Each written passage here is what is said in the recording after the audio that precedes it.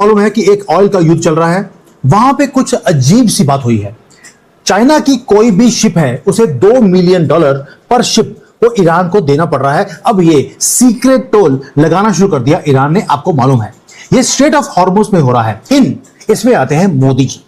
अगर हमारा इंडिया का झंडा लगा हो तो किसी भी टैंकर के ऊपर, उसको हरी झंडी दी जाती है, बोलते हैं जाइए, आपको कोई भी टोल देने की जरूरत नहीं है। कोशिश करनी चाहिए कि हम कैसे चीजों को मैनेज कर सकते हैं। और दूसरा मेरा ख्याल है we must pay attention to this कि किस तरह चीजें जो है वो हमारी फेवर में किस तरह है, क्योंकि हमारी अगर ऑयल शॉर्टेज यहाँ पे हो गई ना तो हम ज्यादा वल्नरेबल हैं।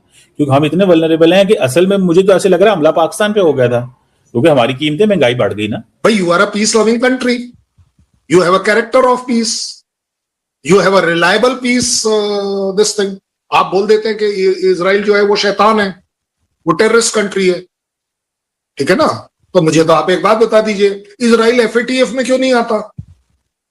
इजराइल में ओसामा बिन लादेन क्यों नहीं पाया जाता? कि ये बात तो मेरे ख्याल पाकिस्तानियों को समझने की जरूरत है कि ईरान के लिए इस वक्त भी इंडिया एक इम्पोर्टेंट मुल्क है, और उसकी वजूहत शायद मैं पहले भी बता चुका हूं, मैं अब भी बताऊंगा। इंडियन एक बड़ी इकोनॉमी है, एक बड़ा मुल्क है, ईरान के साथ उनके पुराने ताल्लुकात हैं। जो हमारा मेन स्ट्रीम मीडिया है उसमें से आपने किसी को इसको रिपोर्ट करते हुए देखा? ये है biggest geopolitical heist of this country और ऑफ दिस ईयर, जहां पे चाइना टोल पे कर रहा है, आपको पे करने की जरूरत नहीं है। उसका रीजन है जो समझाऊंगा आपको रीजन क्या है। वो वेरी लार्ज क्रूड कैरियर हैं, जो सबसे बड़े क्रूड कैरियर हैं। आज की तारीख में $4,70,000 पर डे के चार्जेस लेते हैं, जो कि पहले लड़ाई से पहले तकरीबन $4 लाख हुआ करता है। जय हिंद दोस्तों, हिंदुस्तान के स्वार्थ में स्वागत है। दोस्तों आपको बता दें कि PM मोदी ने जो है ईरान के राष्ट्रपति से फ़ोन पर बात की, और पश्चिमी एशिया में चल रहे जंग के दौरान उन्होंने जो है वो सभी का हालचाल पूछा। और आपको मालूम होगा कि इस समय युद्ध के समय जो है तेल का महामारी बहुत ही चल रहा है। यूँ मानिए तो युद्ध का ही जंग, तेल का ही जंग चल रहा है दोस्तों, ठीक है। और यहीं पर आपको बता दें कि भारत के तेल को, भारत के टैंकर को, जिस पर भारत का झंडा लगा हुआ है, उसको हरी झंडी दिखा दी जा रही है। आराम से तेल क्रॉस हो जा रहा है स्टेट हार्मोन से। वही बात करेंगे चाइना की दोस्तों, तो चाइना को अब जो है हर टैंकर पर 2 बिलियन जो है वो टैक्स देना पड़ रहा है। एक टोल प्लाजा टैक्स की तरह होता है ना, उसी तरीके से अब चाइना जो है अपने तेल को निकालने के लिए पर शिप जो है वो 2 बिलियन टैक्स दे रहा है।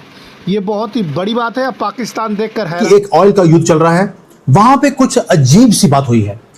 चाइना की कोई भी शिप है उसे $2 मिलियन पर शिप वो ईरान को देना पड़ रहा है। अब ये सीक्रेट टोल लगाना शुरू कर दिया ईरान ने, आपको मालूम है। ये स्ट्रेट ऑफ हॉर्मुज में हो रहा है।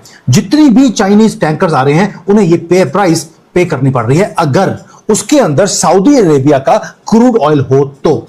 आपको मालूम है अमेरिका ने एक ही शर्त लगाई थी ईरान के ऊपर कि अगर आपको अपना तेल बेचना है तो आप चाइना को आप बेच नहीं सकते, क्योंकि दुश्मन नंबर 1 वो है।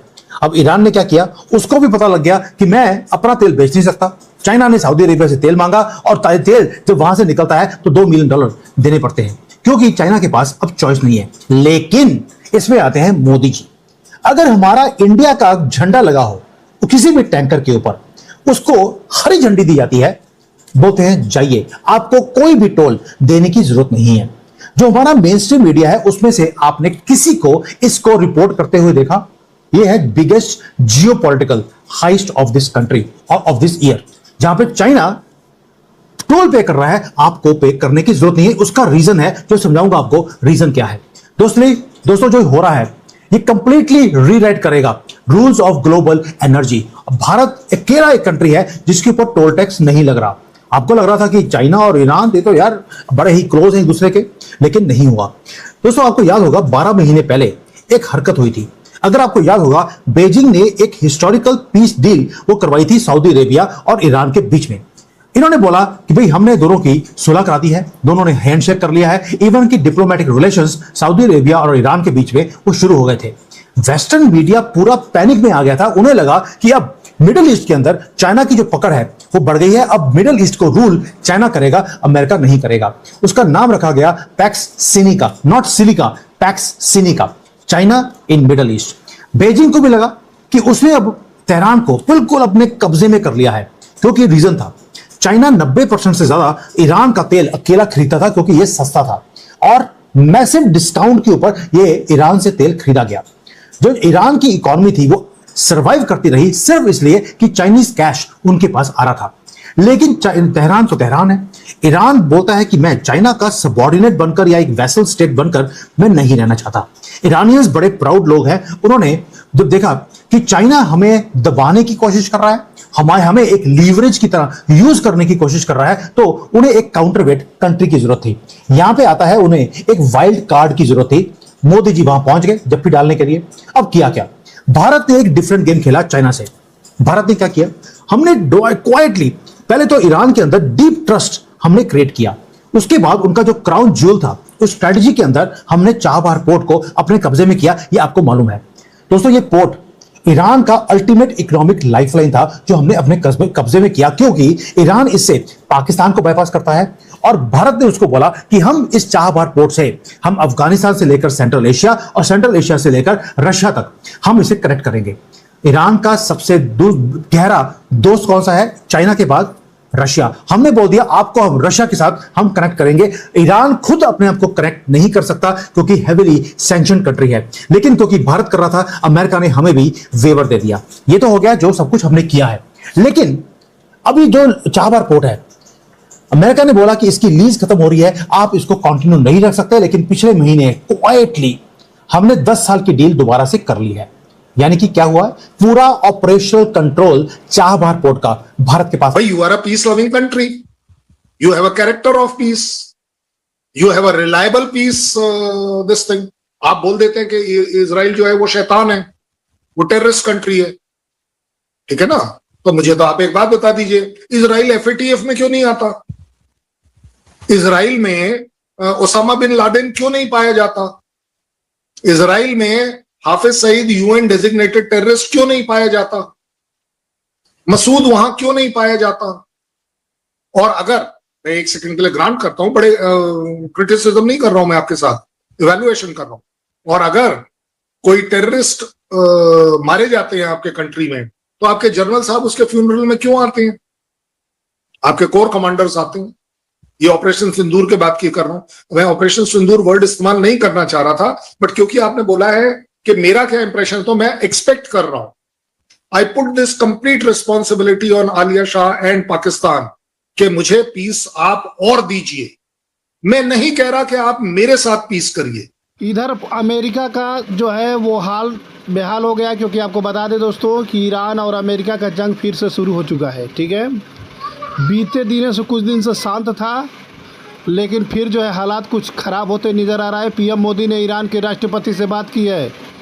ये बहुत ही बड़ी बात है। देख करके पाकिस्तान के लोग भी हैरान हो चुके हैं, क्योंकि भारत के टैंकरों को हरी झंडी दिखाया जा रहा है दोस्तों, आगे पास करा दिया जा रहा है। जिस टैंक पर भारत का झंडा लगा हुआ है उस सेब को निकालने में पूरा ईरान मदद कर रहा है। ये देख करके पाकिस्तान के लोग भी हैरान हैं कि यार ये सब क्या हो रहा है। चीन को इतना प्रोटोकॉल क्यों नहीं मिला है जितना भारत को दिया जा रहा है दोस्तों।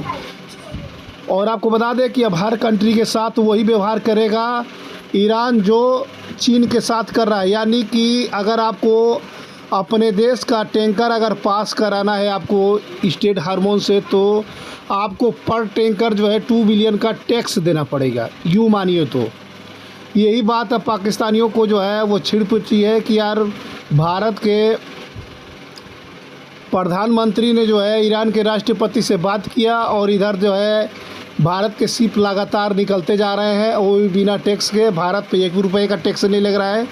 ये देखते हुए पाकिस्तान का पेशाब तक निकलना चालू हो गया है। ये लोग परेशान हो चुके हैं। ये लोग दिमाग लगा रहे हैं कि हमने यार युद्ध रुकवाया, हमने युद्ध रुकवाने की पूरी कोशिश की और फ़ायदा मिल रहा है भारत को। ये बात पाकिस्तान के लोग भी हैरान हैं। ठीक है दोस्तों, क्योंकि इन्होंने अपने पास अपने तरफ से पूरी कोशिश किया था कि शांति पीस का डील साइन हो जाए, लेकिन ईरान के डेलीगेट्स भाग गए थे उस समय, और अमेरिका के शर्तों को मानने को तैयार नहीं है। इसी के बीच जो है दोबारा ये युद्ध छिड़ने का जो है वो चल रहा है। और इसी बीच भारत के प्रधानमंत्री जो बातचीत किए हैं उसको लेकर के पाकिस्तानी मीडिया में हैरानी छाई हुई है कि भारत के शिप बहुत ही आसानी से निकल रहे हैं और पाकिस्तान के शिप फंस